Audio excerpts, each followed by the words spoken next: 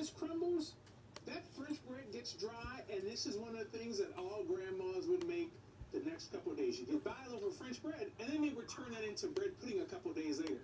So I want to make a banana foster bread pudding. So I'm going to start this off with a little banana liqueur. So instead of using all milk in this, I'm using that banana liqueur because that's going to give us a nice depth of banana flavor. I like to start with dry bread so it can totally absorb. So we're going to do a little milk.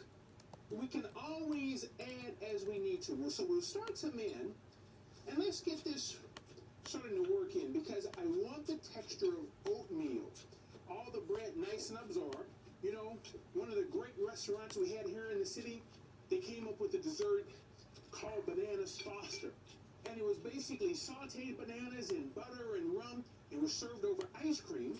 So I thought this would be great flavors to do in a bread pudding. Now, we're going to make a rum sauce for this bread pudding. So in the rum sauce, I'm using 3 egg yolks. So what I've done, I've used my whites from the sauce along here with our 3 other eggs from the bread pudding. So I like putting those whites in. By using that little extra egg white, it keeps it nice, light, fluffy. And you can see in our bowl how this is starting to break up. This is starting to get nice and soggy. That's what we're looking for. Now, we're going to do a little sugar. If you notice, I have a little cinnamon. I have about a tablespoon of cinnamon. I'm going to mix this right into the sugar. The reason why, often if you're doing a dessert or you're putting something like a powder into something, it could cake up. So here, I'm just going to give a little quick mix right here into the sugar.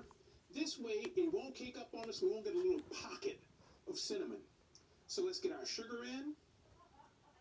I know you just said, look at all that sugar. Yes, because French bread is plain, so we need that sugar. All right, let's get a little vanilla in.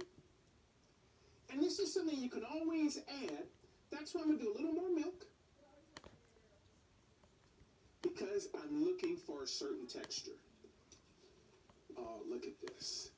This is so good. I don't think there's anyone in this city that did not grow up eating bread pudding. Now, the one other thing we want to put in are our bananas. With our bananas, I'm just take a paring knife.